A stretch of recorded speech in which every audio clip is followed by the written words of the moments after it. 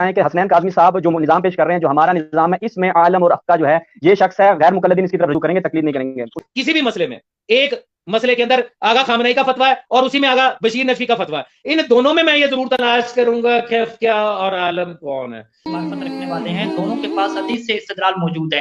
امام نے فرمایا کہ اس میں سے جو افقہ ہوگا، جو عالم ہوگا، جو عادل اور اصدق ہوگا، تم اس کی بات کو لے لینا، دوسری کی بات کو چھوڑ دینا۔ اب حسنین کاظمی صاحب سے ہمارا سمپل سا سوال ہے کہ کیا آپ عالم فقیہ کے اوپر رکتے ہیں یا نہیں رکتے؟ اس بات سے قطع نظر کو اس کو ہم پہچان کیسے کریں گے، اس کے طریقے کیا ہوں گے پہچان کے، وہ الگ بحث ہے۔ کیا آپ آج کل کی دنیا میں کسی عالم اور افقہ فقیہ کے اوپر رکیں گے یا نہیں رکیں گے؟ یہ سوال ہے، آپ اس کا واضح سا جواب دے دیجئے۔ اب دیکھیں آپ نے پھر جو سوال کیا اس کے بہت سارے پہلو نکلیں گے، ٹھیک ہے، بہت سارے پہلو لیکن نکل رہے ہیں نا، اس کی تشخیص کیسے ہوگی، پہچان کون کرے گا؟ میں پہچان کروں گا، آپ پہچان کریں گے؟ امام نے یہ تو نہیں پہچان کے طریقے بتایا نا، امام نے تو سیدھا کہہ دیا کہ افقہ کے اوپر رک جانا ہے۔ آپ کہیں گے بالکل جی افقہ وہ والا جو مولا کا حکم بیان کرے گا، جو مولا کی حدیثیں بیان کرے گا، جو دلائل بیان کرے گا، میں اس افقہ کے اوپر رکوں گا۔ بھی رکیں گے تو صحیح نا افقہ کے اوپر نا؟ بالکل بالکل کوئی عرض نہیں ہے، مجھے اس پہ کوئی اختلاف نہیں ہے۔ تو یہی تو بات ہے کہ آپ افقہ کے اوپر کیوں روک رہے ہیں، دوسرے کی طرف کیوں نہیں جا رہے؟ کیا آپ اپنے آپ کو محدود کر رہے ہیں؟ ایک ہی شخص کو پکڑ کے بیٹھ گئے افقہ کو، دوسری کی طرف کیوں نہیں جاتے، دوسری کے اوپر عمل کیوں نہیں کرتے؟ ہاں یہ اب آپ کا جو سوال ہے کہ آپ نے ایک افقہ کو کسی مسئلے میں آپ نے، چونکہ وہ اختلافی موضوع تھا ان کی جس چیز کے اوپر دو فقہا کے درمیان اس کے بات چل رہی تھی، وہاں پہ اس نے یہ دیکھا کہ ان میں عالم اور افقہ کون ہے، ٹھیک ہے، لیکن وہ دونوں جو صاحبان علم تھے ان دونوں میں افقہ اور عالم کو تلاش کر کے اور اس نے کہا، امام نے کہا کہ اس معاملے میں اس کی طرف رجوع کر لو، نشانیاں بتا دیں۔ اب وہ نشانیاں جو ہیں جس نے اس کو عالم اور افقہ ثابت کیا تھا اس شخص کے نظر میں کہ جی یہ حدیثیں بیان کرتا ہے یا جو کچھ بھی ہے جو میں نے پہلے عرض کیا اس کے ہوا، تو اس معاملے میں وہ اس کی طرف رجوع کر رہا۔ لیکن باقی معاملات میں جو کیونکہ وہ معاملہ جو حدیث کے اندر مذکور ہے حاکم اور قاضی کے درمیان ہے نا، دونوں کی آپس میں گفتگو ہو رہی ہے، ایک حاکم ہے ایک قاضی ہے، دونوں کے درمیان بحث ہو رہی ہے، وہ کر رہا ہے۔ باقی معاملات کے اوپر اس کے اوپر پابندی نہیں ہے، پہلی بات، باقی سے کیا مراد؟ باقی معاملات میں کسی اور طرف نہیں پوچھے گا۔ دوسری گزارش یہ ہے، باقی معاملات سے کیا مراد واضح کیجیے؟ دین کے معاملات، ہم تو معاملات لے رہے ہیں نا، سبھی دین کے معاملات۔ میراث اور دین تو ایک مثال تھی نا وہاں پہ۔ سوری مجھے اب سمجھ نہیں آئی۔ روایت کے اندر میراث اور دین یعنی قرض، میراث اور دین کو بطور مثال کے راوی نے ذکر کیا تھا، یہ تو ایک مثال تھی۔ مسئلہ کیا تھا؟ دین کا ایشو تھا نا، حلال اور حرام کا ایشو تھا۔ تو مولا نے یہ فرمایا کہ حلال اور حرام کا جو ایشو ہوگا اس میں اگر فقہا کے درمیان، حاکم شرع اور عادل فقہا کے درمیان اختلاف ہوگا تو تمہاری ذمہ داری کس کی کیا ہے کہ افقہ اور عالم کے اوپر رک جاؤ گے۔ تو آپ کہہ رہے ہیں نہیں باقی معاملات میں ہم کیا کریں گے؟ باقی معاملات بھی کون سے رہے؟ جب بات حلال و حرام کی آ گئی تو حلال و حرام کے علاوہ باقی بچہ کیا پھر؟ نہیں تقی ہاشمی، دیکھیے میں دوبارہ کوشش کرتا ہوں اپنی بات کو واضح کرنے کی۔ معصوم نے جو شرائط بیان کی ہیں ان شرائط کے ساتھ آپ نے ان دونوں میں سے جب تخصیص ہوگی کہ 50 لوگ ہیں 10 لوگ ہیں ان میں سے یہ 2 برابر کے صاحبان علم نکل رہے ہیں، ان دونوں میں سے کسی ایک کی طرف جانا ہے، تو جس کی طرف جانا ہے اس کی تخصیص معصوم نے بتائی کہ اس کی نشانی کیا ہے۔ اس سے پتہ یہ چلا جو آپ کو آپ کے سوال کے جواب میں حدیث معصوم کے ساتھ آپ کو بتا رہا ہے کہ تمہیں یہ کرنا ہے، آپ کو اس سے رجوع کرنا ہے اور اس کی طرف رجوع کرنا، اس کی بات پہ عمل کرنے پہ تو مجھے اعتراض ہی کوئی نہیں ہے۔ وہ ایک ہوگا یا 2 ہوں گے بتائیں؟ ظاہر ہے ایک ہی ہوگا۔ وہ ایک کون سا ہے آپ کے نزدیک؟ میرے نزدیک سید سیستانی ہے، شہباز صاحب کے نزدیک آغا خامنائی ہے، آپ کے نزدیک کون ہے؟ اس کا نام بتا دیں۔ میرے نزدیک وہ ہوگا کہ جو یہ آپ کو تو بتائے گا کہ اس معاملے میں آپ کو یہ کرنا ہے اور ساتھ آپ کو یہ بتائے گا۔ نام ذکر کریں، پریکٹیکلی آئیں آپ، کیونکہ ہاں ہم یہ آپ نے کیونکہ پریکٹیکلی طور پہ بات کریں، آپ کا چونکہ نظام ہے نا، نظام میں ہر چیز معین ہوتی ہے، پورا اس کا سٹرکچر معین ہوتا ہے، تو آپ اپنا اس وقت نظام پیش کر رہے ہیں، مفروضے پیش نہیں کر رہے، وہ ہوگا یہ ہوگا، تو یہ آپ مجمل بات نہ کریں، آپ تفصیلی بتائیں کہ حسنین کاظمی صاحب جو نظام پیش کر رہے ہیں جو ہمارا نظام ہے اس میں عالم اور افقہ جو ہے یہ شخص ہے غیر مقلدین اس کی طرف رجوع کریں گے، تقلید نہیں کریں گے، اس کا نام نومینیٹ فرمائیں اس کو، یا آپ نے تحقیق ہی نہیں کی؟ اگر آپ مجھ سے یہ پوچھ رہے ہیں کہ نومینیٹ کروں میں اس معاملے میں، تو میں انتہائی واضح لفظوں میں آپ کو بتا رہا ہوں کہ ابھی تک میرے آج کے دن کے اس لمحے تک مجھے ایسا کوئی افقہ اور عالم جو ہے وہ متعین نہیں ہوا کہ جس کے بارے میں یہ کہہ سکوں کہ دیگر تمام مراجع میں سے یہ وہ شخص ہے کہ جو سب سے زیادہ افقہ اور عالم ہے، اس لیے میں کسی کو نومینیٹ نہیں کر سکتا. میں یہ نہیں کہہ سکتا بشیر ثانی کو مانیے اور خامنائی کو نہ مانیے، خامنئی کو مانیے تو بشیر نقوی کو نہ مانیے، یا کسی کو اور کو تسلیم نہ کرے. ایسا کوئی شخص نہیں ہے کہ جس کے بارے میں میری تسلی ہو گئی یہ عالم اور افقہ ہے. نہیں ہے، کوئی نہیں. میرا سوال ہے، میرا جی اب ہو گئی تھی، مجھے آواز کی بھی سمجھ نہیں آ رہی تھی. اچھا سنیں جی، آ گئے ہیں جی. 2 سوال رکھے ہیں، میں سوال ان کے جی 2 سوال رکھے ہیں، ان میں پہلا سوال سن لیں پھر اس کے بعد جواب دیں کاظمی صاحب، پھر آگے بڑھیں گے. ٹھیک ہے. کاظمی صاحب نے یہ فرمایا کہ مجھے آج تک اسی لمحے تک کسی بھی عالم اور افقہ فقیہ کی پہچان نہیں ہو سکی، مجھے پتہ نہیں چل سکا کہ کون سا فقیہ افقہ ہے اور کون سا عالم ہے.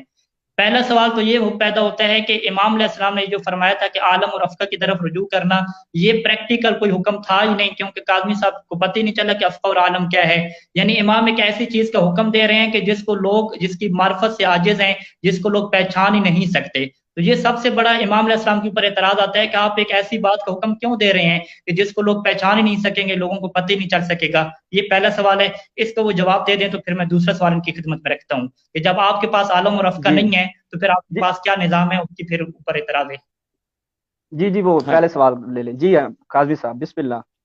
دیکھیے، میں نے جو یہ کہا کہ میرے نزدیک ابھی تک کوئی ایک متعین نہیں ہو سکا کہ جتنے بھی علماء موجود ہیں ان میں سے افقہ اور عالم کون ہے، تو یہ بات میں نے بالکل ٹھیک کہی کہ واقعی میرے نزدیک ابھی تک کوئی بھی متعین نہیں ہو. اب آپ کا یہ سوال کہ کیا امام نے ابس بات کی، استغفر اللہ ربی واتوب الیہ، میں نے کب کہا کہ امام نے یہ کہا کہ یہ ابس بات ہے اور انسان متعین نہیں کر سکتا. اب چونکہ میرے نزدیک، اگر میرے نزدیک کوئی ایک افقہ اور عالم ثابت ہو جاتا تو پھر میں کسی دوسرے کی بات کیوں سنتا.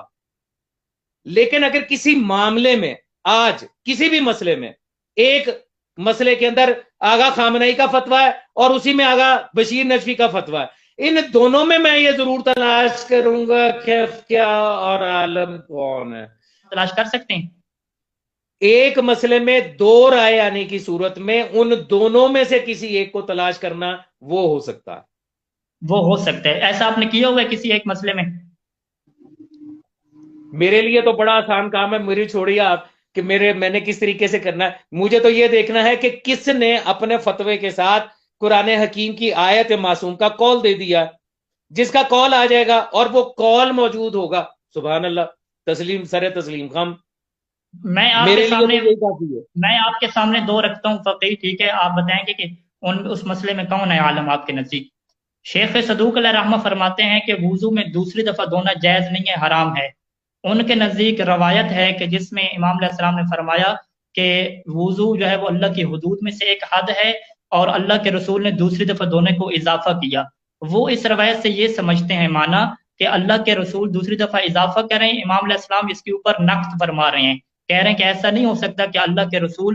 اور اسی امام کی ایک اور روایت انہوں نے لکھی کہ امام نے فرمایا کہ دوسری دفعہ دھونے پہ کوئی ثواب اور اجر بھی نہیں ملے گا.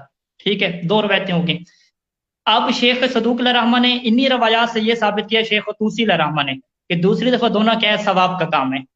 اب دونوں کے پاس روایتیں ہیں. انہوں نے وہ روایت لی کہ اللہ کے رسول نے دوسری دفعہ اضافہ کیا تو پاس یہ سنت بن گئی. انہوں نے کہا کہ نہیں، اللہ کی حد ہے اور امام یہ فرمانا چاہ رہے ہیں کہ اللہ کے رسول کیا دوسری دفعہ اضافہ کریں گے. ایک ہی روایت ہے، ایک ہی روایت کہ جس میں کہا گیا ہے کہ اللہ کے رسول نے دوسری دفعہ اضافہ کیا.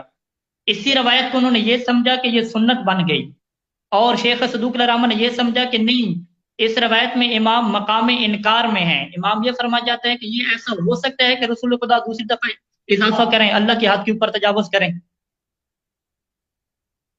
ایک ہی روایت ہے، سمجھنا مختلف ہو گیا. میں دوبارہ کلیئر کروں بات کو. دیکھیں، امام علیہ السلام یہ فرما رہے تھے کہ وضو اللہ کی حدود میں سے ایک حد ہے، ایک یہ روایت ہو گئی. پھر ایک روایت یہ آئی کہ وضو اللہ نے ایک دفعہ دھونا فرض کیا تھا اور اللہ کے رسول نے اس کے اوپر دوسری دفعہ دھونے کا اضافہ کر دیا. شیخ صدوق علیہ رحمہ یہ فرماتے ہیں کہ یہ جو امام فرما رہے ہیں کہ اللہ کے رسول نے دوسری دفعہ اضافہ کیا، یہ مقام انکار میں ہے. مقام انکار میں کیسے کہ بھئی اللہ نے تو ایک دفعہ فرض کیا تو اللہ کے رسول ہوتے ہیں کہ دوسری دفعہ اضافہ کر دیں، یعنی اللہ کے حد کے اوپر تجاوز کریں. یعنی امام علیہ السلام یوں کر کے بیان کرنا چاہ رہے ہیں. لہٰذا وہ کہتے ہیں کہ رسول خدا کو اختیار ہے دین بنانے کا، لیکن جو اللہ کی حدود ہوتی ہیں اس کے اوپر کبھی بھی رسول تجاوز نہیں کریں گے، کسی کے اوپر ظلم نہیں کریں گے، جھوٹ نہیں بولیں گے، کسی کو ناک قتل نہیں کریں گے۔ اور وضو کے بارے میں وہ روایات لے کر آئے ہیں کہ جس میں بیان کیا گیا ہے کہ الوضو حد من حدود اللہ۔ تو بس اس ایک روایت سے انہوں نے یہ سمجھا کہ مولا جو ہے امام صادق علیہ السلام مقام انکار میں یہ بیان کر رہے ہیں کہ اللہ کے رسول نے دوسری دفعہ اضافہ کیا، یہ کیسے ہو سکتا ہے؟ جبکہ اسی روایت سے شیخ طوسی علیہ رحمہ التہذیب اور الاستبصار میں یہ فرما رہے ہیں کہ اس سے یہ روایت سے یہ ثابت ہوتا ہے کہ دوسری دفعہ دھونا سنت رسول ہے، کیونکہ اللہ نے ایک دفعہ واجب کیا اور اللہ کے رسول نے آ کے دوسری دفعہ اضافہ کر دیا، تو پس یہ سنت رسول ہو گئی۔ یہ کیا ہے، دونوں کے پاس روایت ہوگی، دونوں کا سمجھنا مختلف ہو گیا۔ اسی طریقے سے ایک اور روایت ہے، ایک اور نہیں دو کا بیان کریں ہاشمی صاحب، دوسری بات پہلے بات کر لیتے ہیں۔ نہیں دوسری بات کو ہم بیان کر دیں۔ السنتان کہتے ہیں دو کو، سنتان دو کو، الف لام اس کے اوپر لگی دو دفعہ۔ اس میں ایک جو ہے وہ ہمارے جو ہیں شیخ کیا نام، شیخ حر عاملی وسائل الشیعہ میں یہ فرماتے ہیں کہ اس کے اوپر جو الف لام ہے السنتان کے اوپر، اس سے مراد جو ہے وضو میں دھونا ہے۔ الف لام عہد ذکری کی ہے، جب عہد ذکری کی ہے تو اس کا مطلب یہ ہوا کہ وضو میں دو دھونے ہیں، چہرے کا دھونا اور بازوؤں کا دھونا۔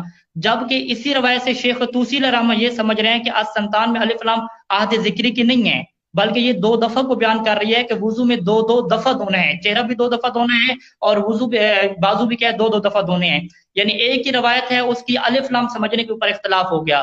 ایک الف لام کو شیخ حر عاملی رحمہ الف لام عہد ذکری بنا رہے ہیں، لہذا وہ کہہ رہے ہیں کہ امام یہ فرمانا چاہتے ہیں کہ وضو میں دو دھونے ہیں۔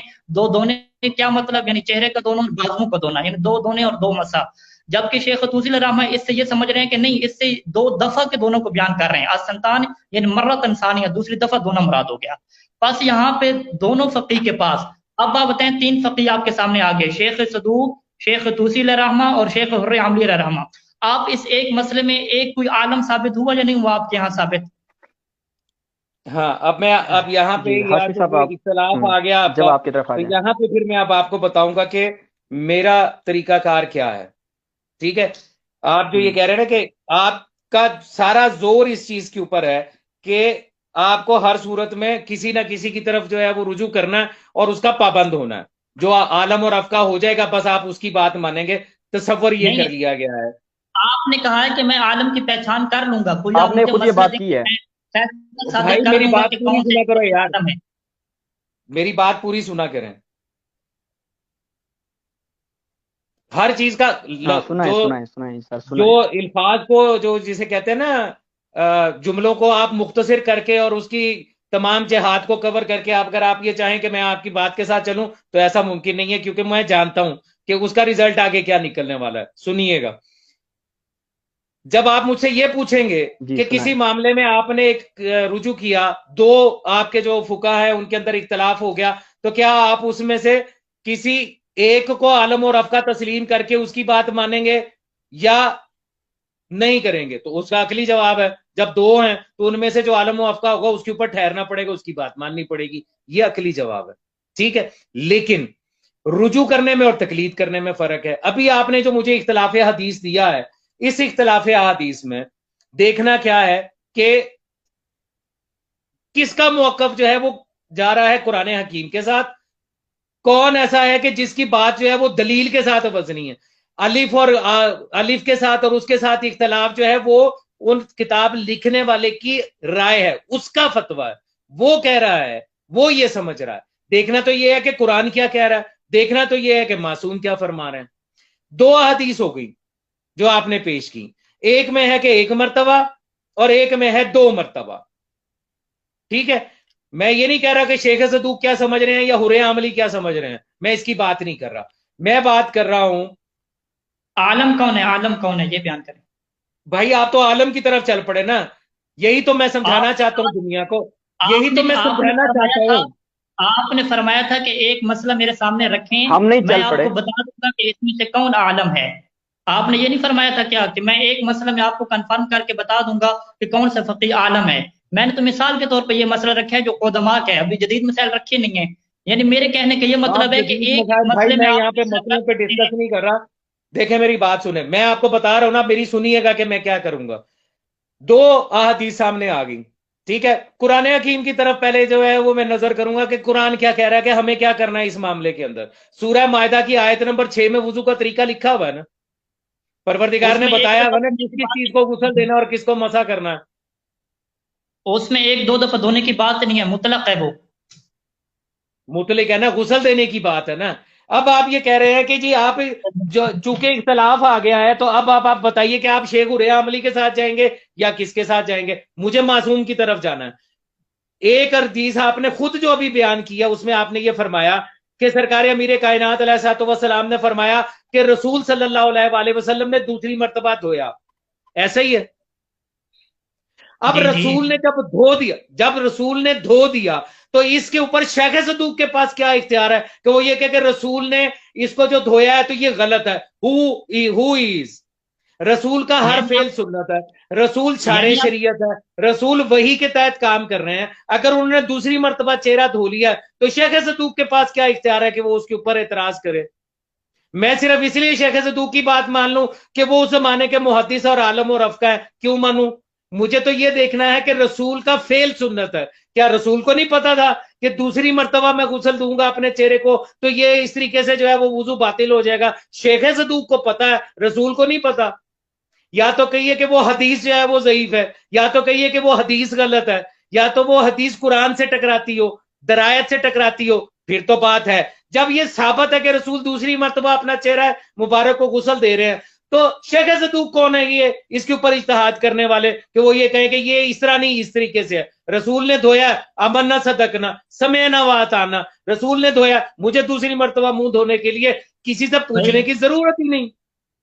اب آپ کو سمجھ آئی میرا طریقہ کار؟ آپ کے میں طریقہ شخصیت کار نہیں دیکھتا. آپ میری بات سنیں، میری بات. آپ کی بات مکمل ہوگی، کچھ اور کہنا ہے؟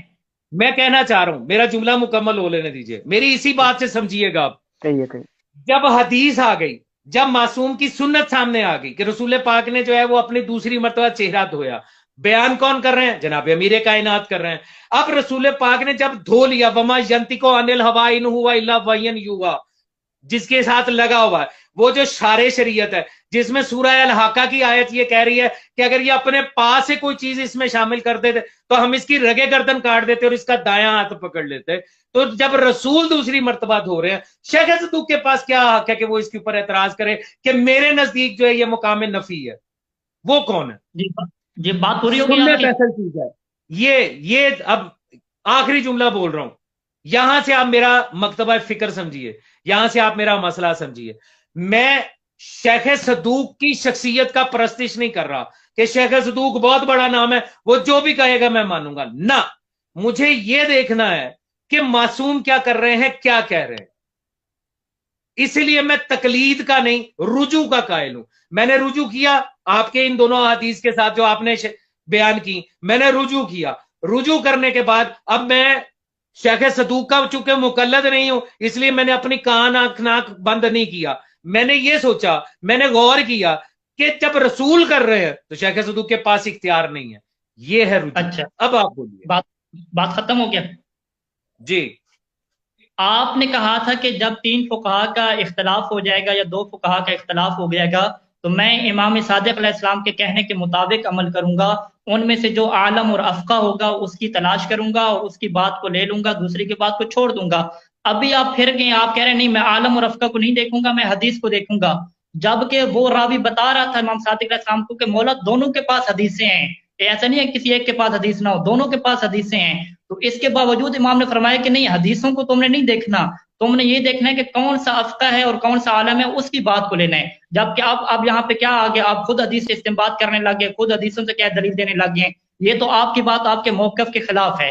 دوسری بات یہ جو آپ زور لگا کے کہہ رہے ہیں نا کہ شیخ صدوق علیہ رحمہ کون ہوتے ہیں قول معصوم کے خلاف جانے والے، میرے محترم اسی میں تو اختلاف ہے کہ قول معصوم ہے کیا، کہ رسول خدا نے دوسری دفعہ اضافہ کیا. کیا یہ جو مولا نے کلام بیان کیا ہے دوسری دفعہ اضافہ کیا، کیا یہ مقام انکار اور مقام تعجب میں کہا ہے یا مقام تشریح میں کہا ہے؟ اب دیکھیں میں 2 باتوں کی شاید وضاحت نہیں ہو سکی جس سے آپ جو ہے وہ بات نہیں سمجھ پائے. شیخ صدوق علیہ الرحمہ نے بہت ساری روایات لکھی ہیں جس سے انہوں نے یہ ثابت کیا ہے کہ وضو جو ہے وہ اللہ کی حد ہے. ایک اللہ کی ایسی حد ہے کہ جس طرح جو ہے وہ ایک زنا حد ہے کہ زنا کے قریب نہیں جانا. قرآن مجید میں سب کو حکم دیا گیا ہے کہ لا تجاوزوا حدود اللہ، کہ اللہ کی حد سے تمہیں تجاوز کرنے کا کوئی اختیار حاصل نہیں ہے. حتیٰ کہ رسول خدا صلی اللہ علیہ وآلہ وسلم کو بھی الیاذ باللہ اللہ کی حد کو کراس کرنے کا کوئی اختیار نہیں ہے. کہ رسول خدا الیاذ باللہ جو ہے وہ کوئی فعل حرام کریں یا کچھ کریں، اللہ کی حد سے تجاوز کوئی نہیں کر سکتا. رسول خدا اللہ کی حدود کے اندر رہتے ہوئے کیا تشریح کریں گے؟ اب جب شیخ صدوق علیہ الرحمہ نے بہت ساری روایات سے ثابت کر دیا کہ وضو جو ہے وہ اللہ کی حدود میں سے ایک ہے، اللہ کی حد بن گئی، پھر شیخ صدوق علیہ الرحمہ فرماتے ہیں کہ جب امام یہ فرما رہے تھے کہ اضاف رسول اللہ مرۃ ثانیہ، عربی زبان میں جب یہ لفظ بولا جاتا ہے تو یہ مقام انکار میں بولا جاتا ہے کہ جب وضو اللہ کی حد ہے تو کیا رسول خدا نے دوسری دفعہ دھونے کا اضافہ کر دیا؟ اب ان کی یہ فہم ہے، انہوں نے روایت سے یہ سمجھا ہے کہ بھی رسول خدا نے دوسری دفعہ اضافہ نہیں کیا. صادق آل محمد یہ بتانا چاہتے ہیں کہ دیکھو اللہ کے رسول دوسری دفعہ اضافہ کر ہی نہیں سکتے، یہ صادق آل محمد بیان کرنا چاہتے ہیں. یعنی ان کے مطابق روایت اور حدیث کیا ہے کہ اللہ کے رسول نے دوسری دفعہ اضافہ نہیں کیا. جبکہ شیخ طوسی علیہ الرحمہ کی طرف آ جائیں، وہ کہتے ہیں نہیں، یہ جو جملہ ہے نا کہ اضاف رسول اللہ مرۃ ثانیہ، یہ اللہ کے جو امام علیہ السلام ہے، امام علیہ السلام نے یہ جملہ مقام انکار اور مقام تعجب میں ارشاد نہیں فرمایا، بلکہ انہوں نے مقام تشریح میں ارشاد فرمایا ہے کہ اللہ کے رسول نے دوسری دفعہ تشریح کر دی ہے. اور پھر ان کی حد کی کیا تشریح ہے، اللہ کی حدود کا کیا مطلب ہے، اس میں ان کی الگ تشریح ہے. مطلب دونوں فقیہ ایک ہی روایت سے جو ہے وہ نتیجہ نکال رہے ہیں. ایک روایت سے جملے کو مقام انکار میں سمجھ رہا ہے اور دوسرا اسی جملے کو مقام تشریح میں سمجھ رہا ہے. بالکل ایسے ہی کہ السنتان مستحبان، کہ دوسری دفعہ دھونا کیا ہے، مستحب ہے وضو میں.